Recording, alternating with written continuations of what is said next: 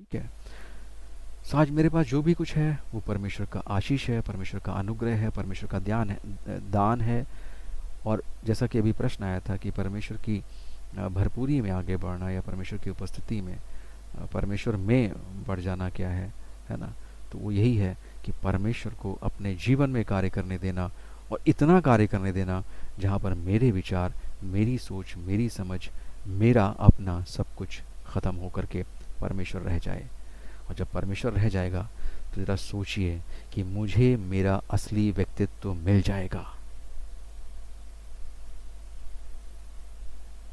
मुझे मेरा असली व्यक्तित्व और पहचान मिल जाएगी, क्योंकि तुम्हारा असली व्यक्तित्व और पहचान परमेश्वर तो है।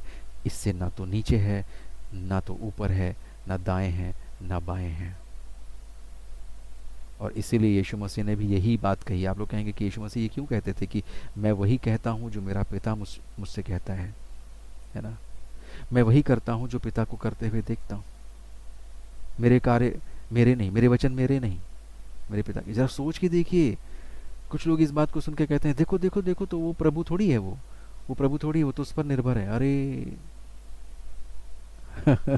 यही तो चाहिए।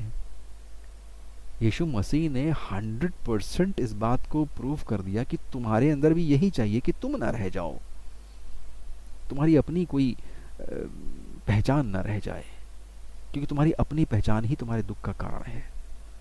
तुम्हारा अपना नाम तुम्हारे दुख का कारण। कोई तुमसे कह दे तुम मूर्ख हो, तुम रोने लगे। कोई तुमसे कह दे तुम बहुत श्रापित हो, तुम रोने लगे। तुमसे कोई अपमान के शब्द कह दे, तुम अपमानित हो गए। तुमको किसी ने गाली दे दी, तुम गाली को ग्रहण कर लिए, है ना? रोते रोते बिलखते चीखते चिल्लाते, क्यों? क्योंकि तुमने कुछ अपना बना रखा है जिस पर जब भी प्रहार होता है तुम्हारे आंसू निकल पड़ते हैं। जब तुम्हारा अपना सब हट जाएगा तो प्रहार किस पर?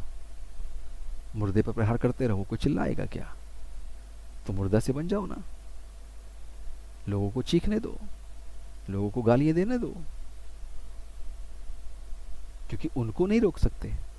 तुम अपने आप को बना सकते हो। तुम अपने आप को चट्टान बना सकते हो। तुम अपने आप को ऐसा बना सकते हो कि उनके लाख प्रहार करने पर भी तुम्हें कोई हानि ना हो। लेकिन जहां तुम जीवित हो वहां सब कुछ गड़बड़ होगा। फिर तुम्हें चोट भी लगेगी, तुम्हें एहसास भी होगा, तुम्हें फीलिंग्स भी होंगी, तुम्हारी फीलिंग्स हर्ट भी होंगी। और फीलिंग के साथ फिर क्या क्या होगा, जरा सोच के देखो क्या क्या होगा। आजकल के माहौल में अगर आप देखें तो कई शादियां टूट रही हैं क्योंकि फीलिंग्स बहुत हावी हैं। लड़कियां एक महीना भी घर पे टिक नहीं रही हैं। लड़के शादी करने के बाद डिवोर्स चाहते हैं बस थोड़े ही दिन में। फीलिंग्स हावी हैं, हर्ट हो रहे हैं, हम हर्ट हो रहे हैं, बहुत जल्दी हर्ट हो जाते हैं। इसीलिए क्रूस चाहिए प्रियो, क्रूस चाहिए ताकि हम चट्टान बन जाएं। इतने मजबूत, इतने मजबूत कि कोई आंधी तूफान और बाढ़ हमको हिला ना सके, हमको झुका ना सके, हमें गिरा ना सके।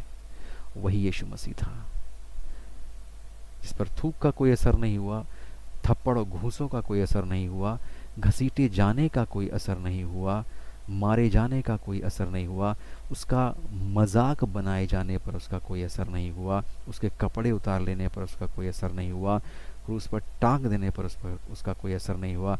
वरन वहां से एक ही आवाज आई, पिता इन्हें क्षमा कर क्योंकि ये नहीं जानते कि क्या करते हैं। नहीं चाहिए यीशु मसीह, बता दो, आज कह दो कि नहीं चाहिए दुनिया को यीशु मसीह। यही तो चाहिए। और जिसको ये प्राप्त हो गया, जिसको ये व्यक्तित्व प्राप्त हो गया, उसको क्या स्वर्ग से कोई रोक सकता है? उसका स्वर्ग तो आज ही शुरू हो जाता है। स्वर्ग का राज्य तो उसके जीवन में आज ही शुरू हो गया, अभी से शुरू हो गया। नहीं शुरू हो गया क्या?